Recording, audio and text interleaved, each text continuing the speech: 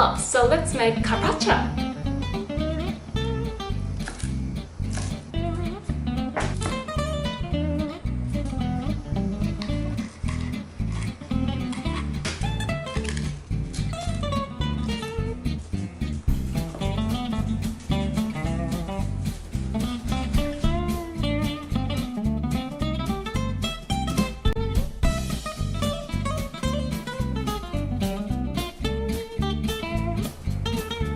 Carpaccio の出来上がり with a lot of vegetables.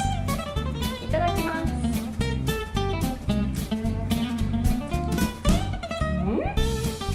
It's just so fresh, of course. If you put it in a freezer to make it really hard, then you can keep it longer and you can work on it very easily. So I hope that you can try this out when you got this scallop. So thank you for watching. See you.